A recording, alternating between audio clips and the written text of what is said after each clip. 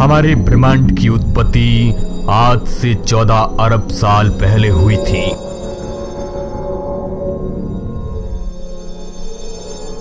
हमारे ब्रह्मांड का जन्म एक ऐसे अकाल्पनीय रूप से छोटे पिंड में महाविस्फोट से हुआ जिसने इस विशाल अंतरिक्ष को जन्म दिया।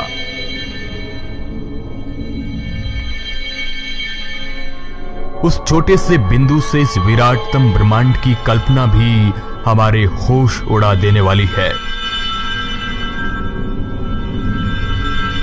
लेकिन ब्रह्मांड में मौजूद इन सब चीजों के बीच एक नाजुक रिश्ता है। ब्रह्मांड में मौजूद ये सभी चीजें आपस में जुड़ी हुई है। इस ब्रह्मांड की सच्चाई तो यह है कि हमारा इस विशाल ब्रह्मांड में कोई स्वतंत्र वजूद नहीं है। यहां तक कि हमारी पृथ्वी का भी कोई स्वतंत्र वजूद नहीं है। हमारी पृथ्वी ब्रह्मांड का एकमात्र अनूठा ग्रह है जो बुद्धिमान जीवों से भरा पड़ा है। लेकिन यह इस विशालतम ब्रह्मांड के आगे कुछ भी नहीं है। आखिर हमारा इस विशाल ब्रह्मांड में वजूद क्या है? ये ब्रह्मांड आखिर कितना बड़ा है? आखिर इस विशाल ब्रह्मांड का अंतिम छोर कहां है? क्या वाकई में ऐसा कोई किनारा है जिसके आगे कुछ नहीं है? क्या हमारे ब्रह्मांड का आकार अनंत है? लेकिन सच कहा जाए तो सबसे बड़ा रहस्य यह अनंत ही है, जो अपनी कोख में सैकड़ों ब्रह्मांड के सृजन और अंत की रहस्यमयी घटनाओं को छिपाए बैठा है। अनंत वह स्थान है जिसकी कोई सीमा नहीं है।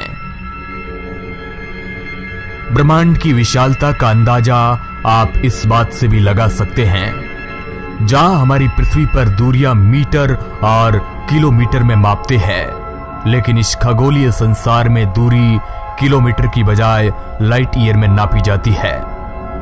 लाइट ईयर वह दूरी होती है जो प्रकाश एक साल के अंदर तय करता है।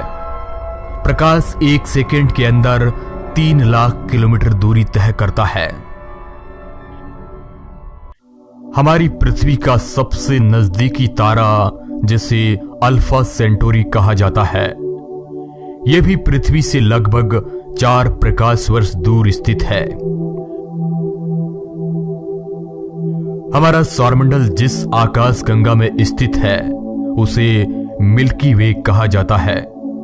इस गैलेक्सी का आकार इतना विशाल है कि इसे अगर एक ब्रह्मांड मान लिया जाए तो भी कोई गलत बात नहीं होगी। 16वीं-17वीं सदी में जब आधुनिक तकनीक का विकास नहीं हुआ था, तब आकाश गंगा को ही ब्रह्मांड माना जाता था। हमारी आकाश गंगा एक मध्यम आकार की गैलेक्सी है। मिल्की वे गैलेक्सी इतनी बड़ी है कि प्रकाश को इसकी एक छोर से दूसरे छोर तक यात्रा करने में भी 120 लाख प्रकाश वर्ष से भी अधिक समय लग जाता है। वही इसकी मोटाई 15,000 प्रकाश वर्ष से भी अधिक है।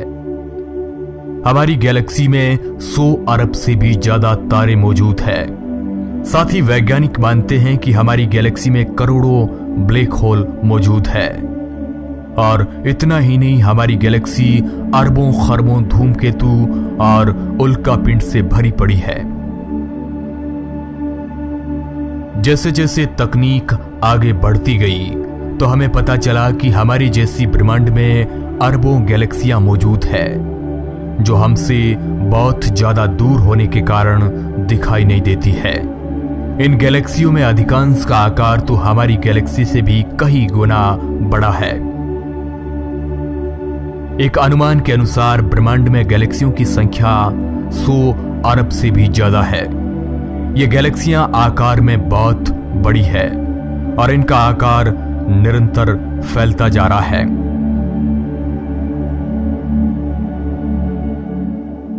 आज हमारे पास ऐसी कोई तकनीक मौजूद नहीं है जिसके जरिए हम पूरे ब्रह्मांड के आकार का पता लगा सके। आज तक हम पूरे यूनिवर्स को नहीं खंगाल पाए हैं। वैज्ञानिकों की माने तो हम अपने यूनिवर्स के केवल 4% हिस्से से ही वाकिफ है, जो हमारे प्लैनेट, स्टार और गैलेक्सीज को समेटे हुए हैं।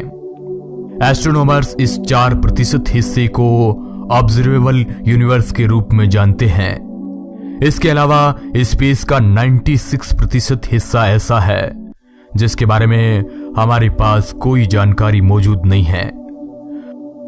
हमारा ब्रह्मांड एक गोलाकार क्षेत्र है, लेकिन आज हमने जिस अंतरिक्ष को टेलीस्कोप और ऑब्जर्वेटरीज के माध्यम से देखा है उसे हम ऑब्जर्वेबल यूनिवर्स के नाम से जानते हैं। इसी यूनिवर्स के अंदर पृथ्वी से देखे जाने वाले सभी तारे, गैलेक्सीज और ग्रह मौजूद है।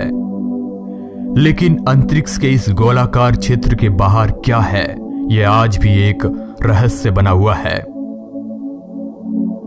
अंतरिक्ष का यह रहस्यमय क्षेत्र आज भी हमारी नजरों से परे है,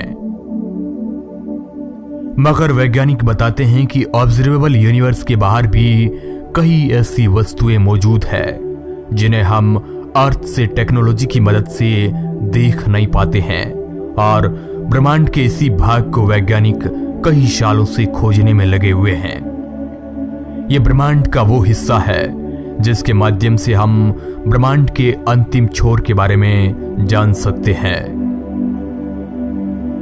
हालांकि कई वैज्ञानिकों ने ऑब्जर्वेबल यूनिवर्स के मॉडल और आकार के आधार पर सीमा के पार यूनिवर्स का अध्ययन किया है, और अपने अध्ययन में वैज्ञानिकों ने देखा कि हमारा यूनिवर्स असल में 46.4 बिलियन लाइट ईयर दूर मौजूद यूनिवर्स से 250 गुना ज्यादा बड़ा हो सकता है। ब्रह्मांड को खंगालना हमेशा से ही वैज्ञानिकों के लिए चुनौती भरा काम रहा है, मगर वैज्ञानिक अंतरिक्ष में हो रहे सुपरनोवा विस्फोट के जरिए ब्रह्मांड की खोजबीन में लगातार लगे हुए हैं। कुछ विस्फोट में चमक इतनी ज्यादा होती है कि जिनके जरिए हम इस बात का पता लगा लेते हैं कि वह ऑब्जेक्ट हमसे कितना दूर है। लेकिन इस तरह हर तारे का पता लगाना बेहद मुश्किल है।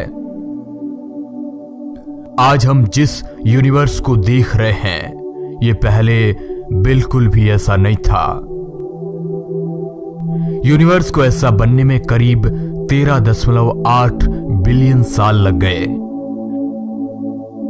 शुरुआती दौर में ना कोई ग्रह मौजूद था और ना ही कोई तारा, यहां तक कि समय भी नहीं था। हमारे ब्रह्मांड की शुरुआत एक सिंगल एटम से होती है।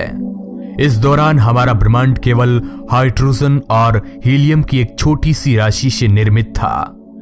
धीरे धीरे समय बीतता गया और करीब 100 मिलियन साल बाद तारों के बनने की प्रक्रिया आरंभ हुई।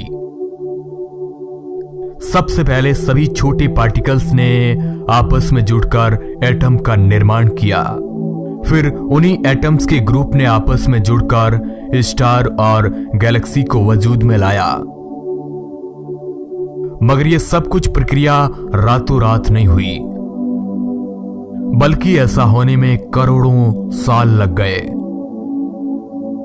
उसके बाद से ब्रह्मांड निरंतर फैलता ही जा रहा है। ब्रह्मांड का फैलाव आज भी जारी है। हमारे इस विशाल ब्रह्मांड में हर रोज कई सौरमंडल का निर्माण होता है और कई सौरमंडल खत्म हो रहे हैं। ऐसे में इसकी विशालता का अंदाजा लगाना वैज्ञानिकों के लिए कैसे पॉसिबल हो सकता है। यूनिवर्स के आकार का पता लगाने की मुहिम सदियों से चली आ रही है। इतिहास में कई वैज्ञानिकों ने इस पर काम किया, मगर ब्रह्मांड को खोजने की यह मुहिम आज भी जारी है। ऐसे में सदियों की बहस व अनगिनत अध्ययन के बाद भी हम यूनिवर्स को लेकर किसी निश्चित निष्कर्ष पर नहीं पहुंच पाए हैं। हालांकि आज भी इस क्षेत्र में कई रिसर्च जारी है और भविष्य में नासा के कई अंतरिक्ष यान इस गुत्थी को सुलझाते हैं और आगे भी अंतरिक्ष में ऐसे कई मिशन भेजे जाएंगे। लेकिन अभी तक यूनिवर्स के अंतिम छोर की कहानी अनसुलझी है।